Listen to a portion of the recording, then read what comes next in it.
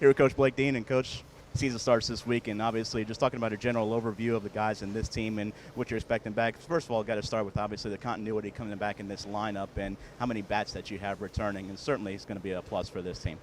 Yeah, I think we got some guys that have got some experience under their belt, some older guys that have got in there, got a lot of at bats last year, and got some experience. So we're going to need those guys to step up this year and carry us, especially from an offensive standpoint. We're going to have to put some runs up with some question marks on the mound this year and trying to fill some holes. We're going to have to rely on our offense and defense to step up for us.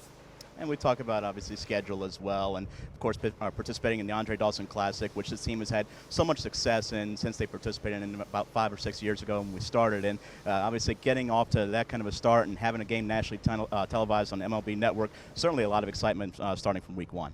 Yeah, obviously our goal, no matter if it's opening weekend or the last week in the year, is to go out and win.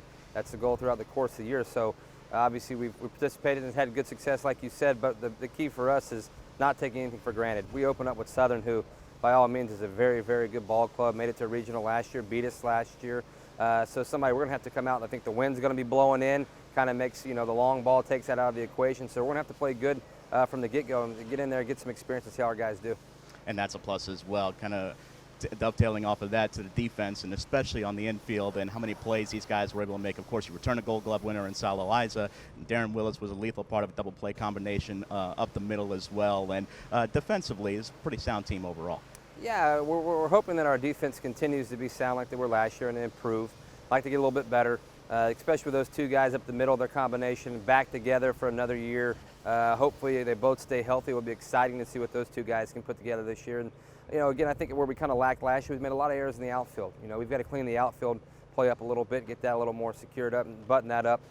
We got Laborde over at first base, so hopefully again, Colin did a good job last year, but hopefully we can save a couple more errors, kind of keep that thing kind of fine-tuned over there, and for the most part, we should be a little bit better defensively. And we talk about the schedule as well, especially in the preseason, and how it prepares you for Southland play, and certainly a pretty deep conference, especially at the top. But just talk about this schedule overall, especially in the non-conference and the build-up, and some interesting series, of course, with the road series at Arkansas State, of course, former Sun Belt rivals there, UConn and VCU as well. VCU won almost 40 games last year. Some very quality competition that you'll see in non-conference as well. Yeah, our non-conference schedule is, like I said, really tough. I tell people there is no breaks in our schedule, no matter who you play. It's our midweek games are tough. Our conference series are tough.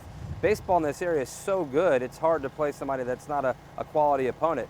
And then, then we're going to Arkansas State on the road. We owe them a return trip from a couple years ago. So that'll be a formidable, just like we were playing a Southland Conference weekend, so that'll be a tough match there. Then we have UConn. Obviously, UConn, the pitching has always been very, very good for UConn. They're a really good ball club. And then, like, again, VCU, a lot of people, they might not sound like big-name schools, these Power Fives, but they're teams that are really, really quality opponents, great RPI opponents, and who we're going to have to play good against. There will be no breathers for us. Thank you very much, Coach. Thanks, Manny.